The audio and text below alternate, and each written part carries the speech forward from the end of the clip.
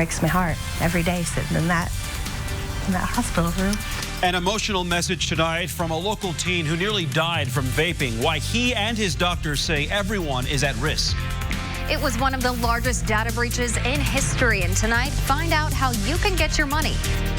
Lots of clouds today, a few flurries tonight, and why I'm already looking at next weekend. This is RTV6 News at 5, working for you. Good evening to you here at 5 o'clock. I'm Mark Mullins. And I'm Amanda Starrentino. Tonight, the story of an Avon teenager who nearly died and spent days on life support. Doctors attribute the scare to vaping. The teen and his mother sat down with RTV6's Stephanie Wade to share their story and to beg families to talk about the dangers of vaping. This 17-year-old spent 10 days in the hospital, 7 of those on life support. A near-death injury doctors say was caused by vaping. Being here at Peyton Manning Children's Hospital with him on a ventilator was the hardest thing I've ever had to do in my life. Like so many others his age, Tyler was vaping. And because he was vaping, his lungs were damaged. Stacy Ware's son Tyler, a junior at Avon High School, almost died. He had double pneumonia, massive destruction, and fluid in his lungs from what the CDC is calling VALI, or vaping-associated lung injury. 5 people have died from it so far in Indiana. Tyler says he first tried vaping his freshman year of high school. Now a junior, he was vaping daily. Everybody else started doing it. I was like, okay, and then it eventually led to me getting my own, and then it led to me frequently using it, and then more often, and then ended up to me being in the hospital on life support. When we were all teenagers, you know, we thought we were invincible. We thought we knew everything. And these kids think it's not going to hurt them because it's not smoking. Unfortunately, Tyler's proof it can hurt you, and it can hurt you bad. Now, his mother is asking parents to have serious conversations with their kids about vaping. It's unclear what was in the vape Tyler used that might have caused this near-death experience, but it is currently under investigation. Working for you, Stephanie Wade, RTV6. Well, teens and young adults can now enroll in a free e-cigarette quit program. Just today, the state health department announced a text message program to help young people who want to quit vaping. The This Is Quitting program was created with input from teens, college students, and young adults who have tried to or successfully quit e-cigarettes. Just text the word Indiana to 88709, and you'll receive age-appropriate recommendations about ways to quit. A 1-month-old boy is dead in Lafayette after police say the infant was attacked by a dog. It happened inside a home in the 1900 block of Greenbush Street Saturday morning. The first officer on the scene found a pit mixed breed dog standing over the injured baby, identified as Julian Connell. In order to get to the infant, the officer fired 1 shot at the dog, killing it. Connell was taken to the hospital where he was pronounced dead. Witnesses say prior to attacking the infant, the dog had been fighting with another dog in the home. And 2 men are dead, including a security guard, after an exchange of gunfire overnight at a West Side strip club. Metro Police were called to the Pony Indy around 2:30 this morning. Witnesses told police the man was causing trouble inside the club and was removed by a security guard. They say the man got into a vehicle, began to drive away, and then circled back to the club to shoot at the security guard. The security guard returned fire and both men were hit. The man was pronounced dead at the scene. The security guard was rushed to the hospital where he died. Now to the developing story regarding the helicopter crash that killed basketball legend Kobe Bryant, his daughter, and 7 others. Investigators continue to collect evidence to figure out what caused the crash Sunday morning in Southern California. ABC's Elena Gomez is at the Staples Center in Los Angeles with more tonight. Today, Kobe Bryant is being remembered by fans. It's painful. We really lost somebody legendary today. And friends, as a man respected well beyond the game. His evolution as a husband and as a father and as a man that wanted to impact the community beyond basketball. Meanwhile, investigators are working to figure out what caused the helicopter crash, killing Kobe Bryant, his 13-year-old daughter, and 7 others on board. Matt Mauser heartbroken over the loss of his wife, Christina, also on board that helicopter. She could really read people, and she was deep. She was very warm, kind, The group was headed to Bryant's daughter Gianna's basketball game, leaving Orange County just after 9 in the morning. It was expected to be a quick trip, but around 9:45, the helicopter crashed in Calabasas, just north of Los Angeles. Visibility 2.5 miles with haze, ceiling 1,100 overcast, temperature 122.8. Fog was so heavy that Los Angeles police grounded their helicopters. Officials say it's still unclear if the weather played a role in this crash. Today, the reality setting in, the shock lingering, fans remembering Bryant's drive and the way he inspired people across the country. If you just love basketball and respected hard work and someone that had drive, then you loved Kobe.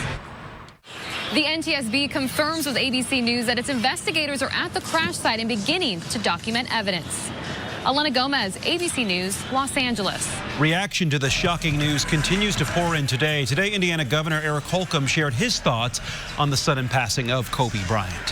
What I was most impressed about Kobe Bryant was his willingness to reach out to others who might be struggling through some things that maybe he endured, maybe learned the hard way. You can tell, as if you listen to his words, you can tell that a lot of people were there to surround him and help him throughout his evolution as one of the greats and all the pressures and demands that come his way. But he was constantly seeking to pay that back. And Pacer star Victor Oladipo wrote a lengthy message to Kobe today on Instagram that says in part, quote, "We had a relationship and a growing friendship that had basically just started, but after the few times we talked, I sincerely felt like I had known you for years.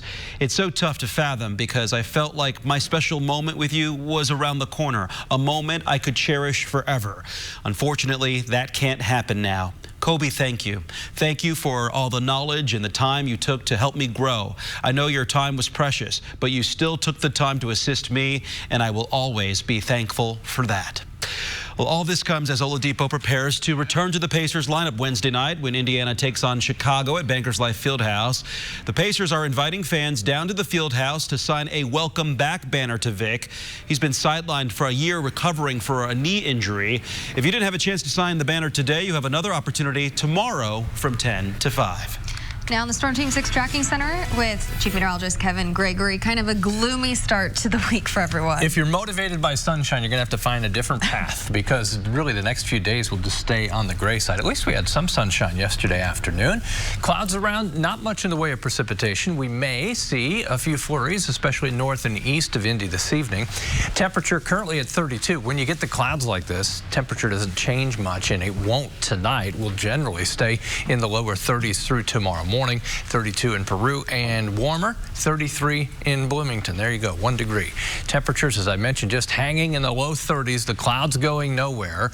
We may see a few flurries, especially north and east of Indy as we go through the evening hours. Here we are at 7 o'clock. Lafayette to around Richmond north. The best chance for some of these flurries. They may drift a little more to the south. Nothing of consequence, won't have any impact on our roads for the morning. 31 first thing in the morning as we get started. Temperature by noon only up 2 degrees, and another day where temperatures are about average for this time of year. We'll talk about a big temperature change later down the road coming up. It was one of the largest data breaches in U.S. history, and now you still have a chance to get money from it.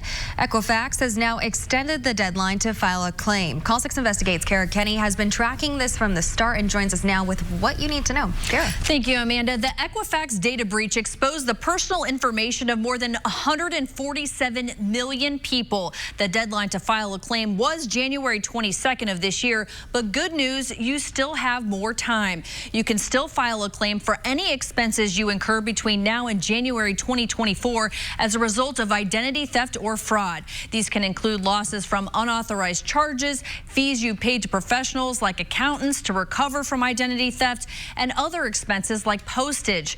Equifax has agreed to a settlement which includes up to $425 million to help victims. If you've already filed a claim, we're told the settlement administrator will not send out any benefits until they've reviewed and validated claims and and the court has to give the okay. For free credit monitoring, you will get an activation code with instructions by email. For cash payments, you will get either a check or debit card, depending on which option you chose when you filed your claim. It will be sent to the mailing address that you provided. Now, if you did not file a claim or you don't plan to, you can still get free identity restoration services for at least 7 years. You can also get up to 6 free credit reports per year through 2026. Just go to the Equifax website or call 1-866-349-5191. You can find those phone numbers and links on how to do this in this story on the RTV6 app. And if you do not know if you've been impacted by this data breach, just go to this story on the RTV6 app. We've included a tool to look up whether your information was compromised. Mark, back to you. Definitely something that can help. Thank you, Kara. More businesses would have to allow pregnant women longer breaks, transfers to less physical work, and unpaid time off after childbirth under a proposal being considered by Indiana lawmakers. Today, a state Senate committee voted 7-2 to endorse the bill, even though some business groups argued it wasn't necessary and could lead to greater burdens on smaller businesses. The proposal would apply to businesses with more than 15 employees. Indiana leaders are working to improve the state's ranking as the country's 7th worst infant mortality rate. The bill now goes to the full Senate. Ahead tonight on the Now Indy at 5:30, finding the right fit for your child and his or her education. So many things to consider, but this week you can get all of your questions answered, the perks of School Choice Week. But first, a big drop on Wall Street today, why it's linked to a health crisis developing around the world.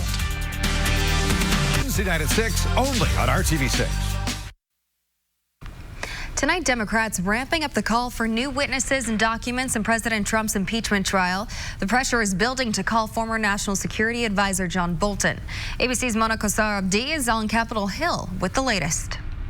From the Senate floor, President Trump's impeachment lawyers delivered their opening arguments for a second day. Attorney Jay Sekulow reiterating President Trump's previous claims that Trump was acting in the interest of the United States when he made that now infamous July 25th phone call asking Ukraine's leader for a favor. The president was at all time acting under his constitutional authority. But as their legal defense proceeds, questions swirl on Capitol Hill about new accusations reportedly made by former National Security Advisor John Bolton in his unpublished manuscript, which appears to contradict the president's arguments. According to the New York Times, Bolton, in a manuscript for his upcoming book, writes that Trump told him in August of 2019 that he wanted to continue withholding military aid to Ukraine until officials there launched investigations into the Democrats and the Bidens. We deal with transcript evidence, publicly available information.